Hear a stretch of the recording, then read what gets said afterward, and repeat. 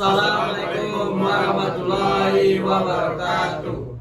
Kami dari kelompok 2 ingin menyampaikan hasil presentasi kami. Perkenalkan, nama saya Ilvan Surya Gibilang dan rekan saya Vicky Afrianto. Saya Muhammad Afizu. Saya Mahmud Astorus. Saya Gilbert Imnanda Zega. Saya Muhammad Firis Muhammad. Saya Sebastian Timothy. Saya Farhan Ditya. Baiklah, inilah hasil presentasi kami. Baiklah, saya akan menjelaskan tentang manajemen sumber daya manusia berbasis kompetensi.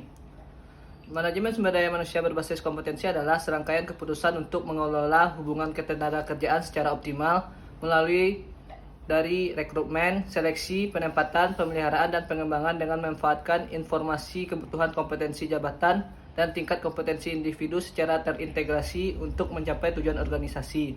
3. Kompetensi adalah karakteristik dasar manusia yang dari bukti-bukti pengalaman nyata ditemukan mempengaruhi atau dapat digunakan untuk memperkirakan prestasi kerja di tempat kerja atau kemampuan mengatasi persoalan pada suatu situasi tertentu. 3. Karakteristik kompetensi. Yang pertama adalah motif. Motif adalah apa yang mendorong perilaku yang mengarah dan dipilih terhadap kegiatan atau tujuan tertentu. Yang kedua adalah sifat atau ciri bawaan. Adalah ciri fisik dan reaksi-reaksi yang bersifat tetap terhadap situasi atau informasi. Ketiga adalah konsep diri, yaitu sikap, nilai atau self-image dari orang-orang.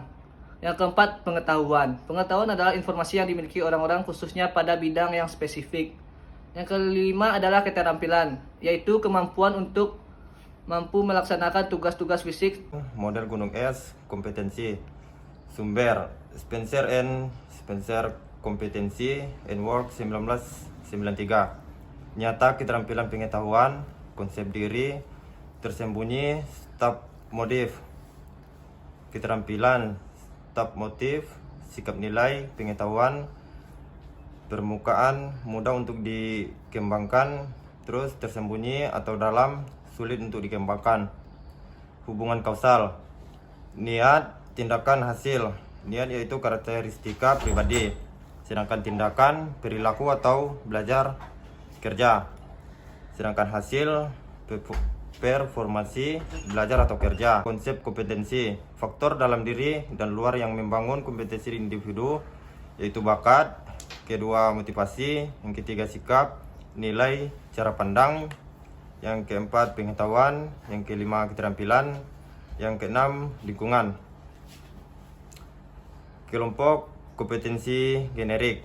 Yang pertama, kemampuan merencanakan untuk peningkatan prestasi dan mengimplementasikan atau achievement and action. Kemampuan melayani atau helping atau human service.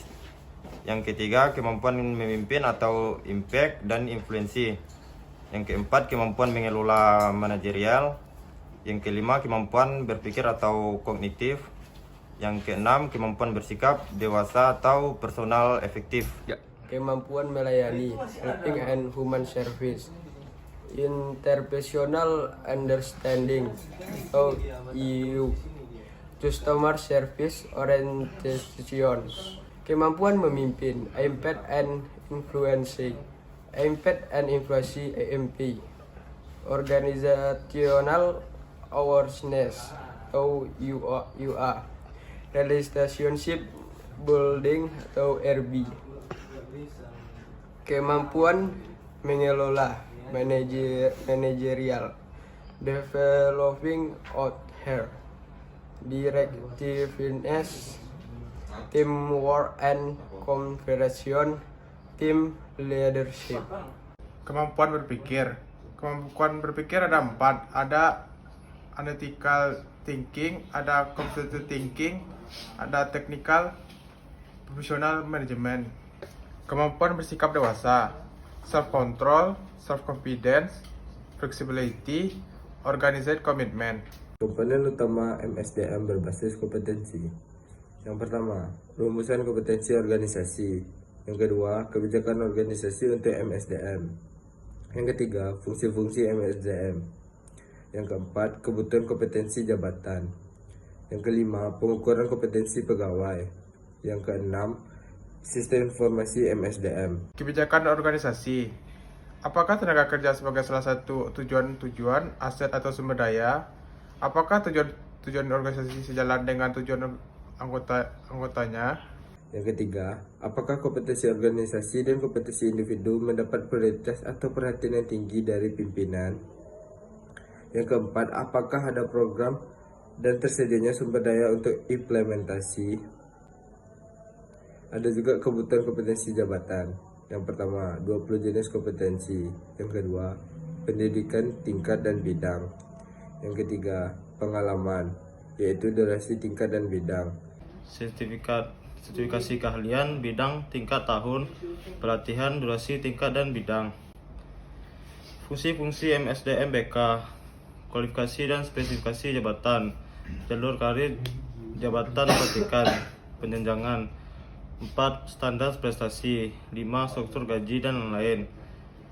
Rekrutmen dan seleksi, penempatan, kebutuhan pelatihan, penilaian prestasi, konsultasi karir dan lain-lain. Pengukuran kompetensi pegawai, metode pengukuran, referensi dari profesional. 2. Assessment center. 3. psikotes. 4. Wawancara atau BEI. 5. Kuesioner perilaku. 6. Penilaian 360 derajat. 7. Biodata. Model kompetensi.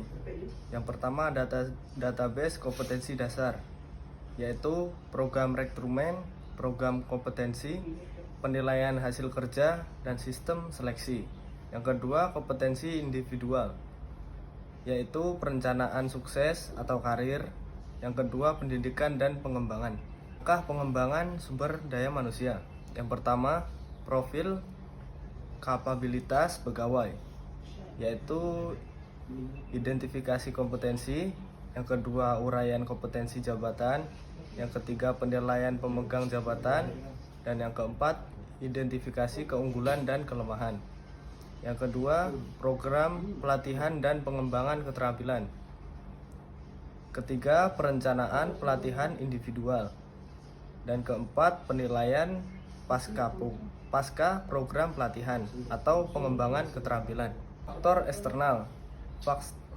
Faktor eksternal yang harus diantisipasi. Yang pertama, faktor lingkungan. Yang kedua, faktor pengembangan teknologi. Yang ketiga, human resources.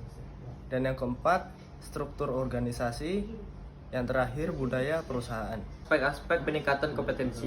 Yang satu komitmen, yang kedua kompetensi, yang ketiga keefektifan biaya, yang keempat keserasian, yang kelima penyesuaian diri, yang keenam kinerja, yang ketujuh kepuasan kerja, yang kedelapan motivasi pegawai. Selanjutnya, pegawai suatu organisasi harus memiliki perilaku kerja, pola kerja, produktivitas, kualitas. Selanjutnya, SDM yang unggul dan kompetitif harus mempunyai komitmen ditambah kompetensi sama dengan intellectual capital. Selanjutnya, tahapan pengembangan SDM berbasis kompetensi. Yang pertama, rekrutmen atau seleksi untuk meningkatkan kualitas. Yang kedua, pengembangan pendidikan untuk meningkatkan kompetensi. Yang selanjutnya, penempatan dan penugasan untuk performasian.